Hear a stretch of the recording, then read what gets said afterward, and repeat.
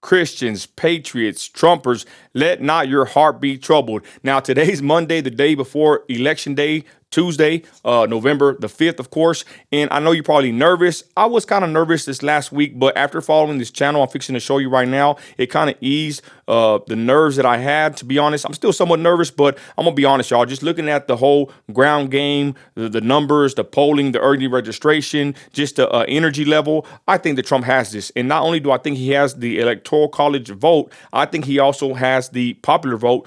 Possibly, right? I'm not saying anything's for sure here, but I was on my live last night kind of gloating and bragging about it that I think that we are going to win. Either way, you should still go out there and vote. I already voted, me and my family, and I wanted to show you this channel, Depressed Ginger, because this guy has an awesome breakdown of the whole electoral college map. In this video right here, we're going to watch and react to him giving you the best case scenario for Trump to take it in the 2024 presidential election. Let's go. Well, ladies and gentlemen, in this video, I'm going to be going through a final, realistic, best-case scenario for Donald Trump. We've got some recent polls, and they can tell us a pretty good indication of the states that Donald Trump might have an outside shot at winning if everything goes perfect on election night. This is a hypothetical. There's obviously going to be a lot of states where Trump's just got no shot based on how partisan our politics are here in this country, but still you can see Trump upwards of 340, 350, 360. I mean, I haven't filled one of these out, so I don't know the exact total number I can potentially give Trump if he wins every single state that's within shouting distance. Maybe it's only a 20% chance, but if there is a chance, this is the best case scenario, so I'm going to give it to Trump. And right now, everybody's giving it 312 on the conservative end. He's going to go for the best case scenario. My bad. Let's go. I do have my personal prediction with Trump at 312, so obviously it's going to be more than 312, and the 312 is the standard swing states, all 7 going to Donald Trump. But when it comes to, I'm going to go through every single state and say, is there a chance that Trump could win or no? So obviously, when you look at a Washington, there's no chance Trump can win. It's just not going to happen, even a best case scenario. I think best case, maybe he loses it by 11 or 12, which would be less than 2020 and 2016, his losses there, but it's not going to happen. Oregon, I think best case is maybe a 5 or a 6 point loss. I know people will argue, well, there were some polls that were close. There's been some people that have told me maybe Oregon flips. It's just not going to happen. I understand there's limited polling. I get there was a poll that was kind of close from a Democratic pollster, but I also think there was a recent poll in Oregon. I don't know. Let me see if they actually have it on here. That was like an 11-point lead. Oh, no, they don't even have it on here. That was a Republican pollster, by the way, back in July that had Oregon +5, but it's just not going to happen. I mean, best case scenario, I can lighten it up a little bit. Maybe it's a closer loss, but I just can't give Trump Oregon. It's not realistic, even in a best case. California, it'll never happen. Best case, I think, is Trump getting it under 20. Man, look at that, y'all. The whole West Coast, Oregon, Washington, and California. It's like the whole coast right there. Kind of remind me in the Bible when Jesus throws the demons into the pigs and they just run towards the water and they jump into the water. I'm like, man, I wonder sometimes if some of these states, there's something about them being next to big bodies of water. Let's continue. He lost it by around 27 or 29 back in 2020. So if he gets it under 20, that's going to help significantly in terms of the popular vote. Best case, Hawaii, it's just not going to happen. If Trump would have picked Tulsi Gabbard to be the VP, maybe you could have an argument. I know that's something people have been saying, and I still don't think it would happen. I mean, he's going to lose it by like 30 points, but that's just not going to happen. Obviously, Alaska, Trump's going to win very easily no matter what. There has been some liberal talk about, well, it was only a 10-point win back in 2020. Maybe it gets closer. I think Trump expands it to around a 12 or 13 win. Best case, obviously, would be like a 15 or a 16-point win. Montana, Idaho, Wyoming, North Dakota, South Dakota, Nebraska, obviously all going to Trump. There's no doubt about it. The state at large. And then in a best case, Trump would also take the second district in Nebraska. It's unlikely he's going to win that. And pretty much everyone, Republicans, Democrats, there's a pretty high consensus that Harris is going to get that second district. Now, that's a district that Trump lost in 2020. He won it in 2016, so you would think possibly he could flip it in 2024, but you're talking about a very small area. The population has shifted more left. That's just the reality. But in a best case scenario, you're only talking about, realistically, he's probably going to lose the district by 5 or 6 points. So a best case scenario, you could see him winning that district for sure. I was more bullish on that district back in the summer until we got some polls that had Harris up by like 10 or 11, and it's hard to really swing that for Trump.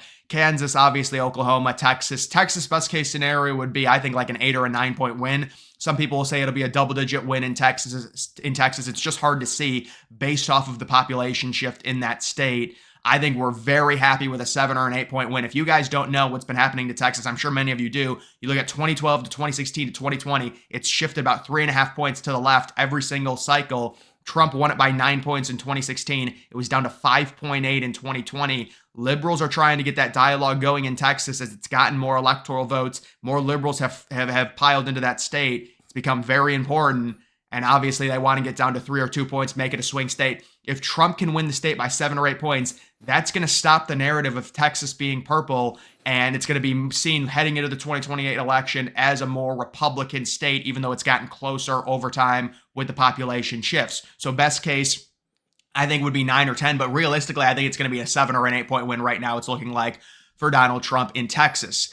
And I'm in Texas, and I'll say, we have seen an influx of Venezuelans, Cubans, different license plates from California. We've seen Florida here. I'm in West Texas. The oil field is here.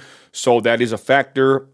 Texas becoming, I call it purple. I've said it before. I really don't want to quit saying it, but, I kind of feel that is what's happening. But then again, I think he makes a point. I don't know if it's in this video or another one, that more states, especially liberal states, are becoming more conservative. I hope that's true. But as far as Texas, we've always been conservative for the whole time I've been alive here. And I hope it stays that way. Me and my whole family went and voted. I got people on Facebook sharing my posts that are close family members that they are going to vote for Trump. I know family members that went and voted for Trump, never voted before. So I think people are tired of the Democrat reign in America, and they're voting for Trump, especially in this election. Now, if Texas turns blue, I hope and pray to God it doesn't happen. I would hope that enough people in this state are conservative, are Bible clutchers, and we do not let this state go to the Dems in any way. We will see.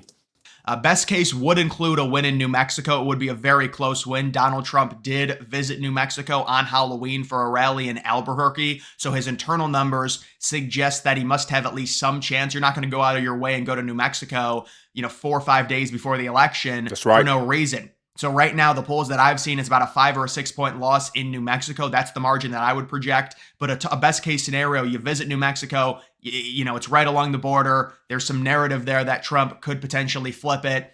I'd say it's only about a 10 or 15% chance, but the idea is there in a best case scenario. When it comes to Colorado, it's just not going to happen. Colorado has gotten too liberal with. And New Mexico, same thing. It's a oil field. Eastern New Mexico, right there, touching Texas is oil field, and I would believe these people are more conservative than not, because they are next to Texas, and I went to Hobbs to work, and I think they have the same morals as a lot of us do. If they're going to go for the Democrats, who knows? I know they Joe Biden screwed them day one with the oil field once he got in office. Hopefully New Mexico will turn red. Again, this is just the best case scenario, y'all. I'm still going to do other videos in reaction to this guy, giving more conservative numbers. But again, this video is the best case scenario for Trump. Boulder with Denver, the influx of liberals from California. They're not just going to Texas, they're also going to California. And we're also seeing liberals migrate from New York to North Carolina. But when it comes to Colorado, it's going to be a loss. I mean, 2016, you could argue Hillary only won it by 4.5, but it swung 9 points in 2020. And I think it's going to be like, people are going to be like, well, maybe it'll be close again. I mean, it'll probably be closer, although I don't know. It might even be a more exaggerated loss than 2020 just because of the shifts in Colorado. I would imagine it'd be a double-digit loss at least. There's just not a lot of polling out of Colorado. I would actually like to see if there was another poll that got released. See, I mean, these are, a Democratic pollster, plus 11, plus 12. Biden won it by 13.5. Hillary only won it by 5. Maybe Trump can get it within 10. I mean, that would be good if Trump got it within 10, just because of how liberal the state has become. Obviously, Utah is a win when it comes to these two swing states, the Sun Belt. You've got Nevada and Arizona. Best case scenario, I think Trump would be a win in Nevada of like 3.5 to 4 points. Arizona, you'd love to win it by around 5 or 6. So those would both obviously be wins. I think Trump's going to win those either way. This is the best case, but I also think in general he's going to win those. Look at this. I have like almost exactly half of the United States filled out. It's actually kind of. I'm not used to seeing that. I don't know. It's kind of warping, but you do have Minnesota. Best case scenario, Donald Trump nudges a very small victory in Minnesota. It is possible. He's only down by, depending on the polls, 4 or 5. You could argue 2.5. There was a poll where he was down by 3, which is within the margin. Personally, I do think Virginia and New Hampshire have a better chance of flipping than Minnesota, but I think Minnesota is probably a better chance than New Mexico. So that's kind of how I would go in terms of the next states for Trump. This is best case scenario. It would be a very small win in Minnesota. It would be a very small win in New Mexico under a best case scenario. When it comes to Iowa, obviously we saw the polls yesterday. Even in a best case, the polls that I saw in Iowa yesterday, even with a best case scenario, I think Trump loses it by a point. I'm kidding. Obviously, Trump, best case scenario would be like a 13 or 14 point win in Iowa. There was the crazy poll that had Harris up by 3, but there was also an Emerson poll that got released yesterday that had Trump up by 10. Very confident Donald Trump will win Iowa very easily. Missouri's going to be an easy win. Arkansas, Louisiana, Mississippi, Alabama, Tennessee, Kentucky, Indiana. Best case scenario in Illinois, it would be maybe about a 7 or an 8 point loss, so you could lighten it up a little bit, but I just can't see... Illinois is just not going to flip. It's just it's too big of a population too quickly, and there's very limited polling out of Illinois. I was kind of expecting maybe a big poll to be released from Illinois just to see. Now there actually is polling. They don't have it in Real Clear Politics because I guess they don't trust the pollster. They don't have the pollster in here, but you can see 16 point win, 17 point win. I would imagine it'd be about a 11 or a 12 point win. Best case scenario, Trump would somehow get it under 10. But it's still going to be a Harris victory. That's just the reality when it comes to that state. When you look at Florida, best case scenario, I think, is around a 13-point win for Trump in Florida. That's absolute best. It's more likely going to be around 8 to 10 if I had to guess right now. But Trump's going to win Florida no matter what. Florida and Ohio. Ohio, best case, would be over 10. You'd get a double-digit point victory in Ohio. It is possible. I would imagine to be around a 9.5 to a 10-point win. I think Florida could be more conservative than Ohio based off of what we saw in the 2022 midterms. It's just Florida swung crazy with those state races compared to Ohio. J.D. Vance only won by 6. It was kind of a little bit of a letdown. But still, I think Ohio is definitely going to be conservative. There's no doubt about it. It's just a matter of what is the margin. And in a best case scenario, it would probably be around a 10 or an 11-point victory. Maybe I'm underselling Ohio, but I don't think it's shifted crazy right like Florida has to where it would be like a 15 or a 16-point win, considering Trump only won it by, I say only, but won it by 8 points in both 2016 and 2020. We're not going to see a 7 or an 8-point shift further to make it a 15 or a 16-point win. It's just not going to happen in Ohio. And you're also, you can also see the Senate race. It's reflective. I think Moreno's going to win the Senate race, but it's not like Moreno is up by 4 or 5. It's very close in terms of the polling with Brown against Moreno. Now, Brown is the incumbent, but you would think if Ohio was really going to swing for Trump by 14 or 15, Moreno would be up by at least 4 or 5, and he's really only up by like 1 or 2 right now. I do think Moreno will end up winning. When it comes to Georgia, best case scenario, Trump probably wins by about 4 or 5 points. South Carolina is going to be a Trump state no matter what. North Carolina, best case, would be around, I think, 4 or 5 points. Georgia and North Carolina are similar in my opinion. I do like Georgia and Arizona slightly more than North Carolina in terms of definitely going for Trump. I think all of these states will go for Trump. I'm guessing it's going to turn into this Sun Belt versus Rust Belt. We're seeing Kamala Harris go to Pennsylvania 3 times. They're really going for broke in the Rust Belt, and then maybe they think they can also pick off Nevada, but the Nevada polling looks relatively good right now for Trump. But obviously, best case, these would be margins that would be higher. It would be like a 4 or 5 point win in a Georgia, in a North Carolina. I think he can win Georgia by around 4 points, honestly. Best case scenario would be a very slight victory for Donald Trump in Virginia. He's already at 292 right here. Looking at, 2-point win, 3-point win. There's been relatively close polling in Virginia I've seen recently. Me personally, I couldn't move Virginia. Some of these polls are not inputted. There was a poll that had it tied, Virginia tied, and then there was another poll that was a Harris +1 that's not in here. But you do have the Rasmussen Harris +2. You've got the Mary Washington Harris +2. The Christopher Newport is really swinging this average to being +5.8. Outside of that poll, it'd be around +2 or 3, or around 3.5 in terms of the aggregate. So that's really swinging it. It is what it is. I think Virginia is an interesting state to watch, but I could not, on my main map, I could not predict it to flip. But in this scenario, Trump would be able to flip it because it is best case. Obviously, West Virginia would be going to Trump. When you talk about the Rust Belt, all of these states would be going to Trump. I do think, best case, Trump would be able to win these by around 2 or 3 points. They're all going to be very close. Pennsylvania, best case, would probably be slightly more than a Wisconsin, which would be slightly more than a Michigan. I don't know. We're sitting here wondering which one's the most conservative. There's different polls that say different things.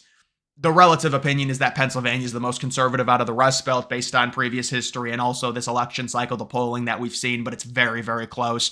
I just saw a poll that had Trump winning a poll of all the swing states. It had Trump winning Michigan, but losing Wisconsin and Pennsylvania. When we routinely think Michigan is the most liberal, but it just shows you how close these Rust Belt states are. But in a best case scenario, Trump would be winning all of those.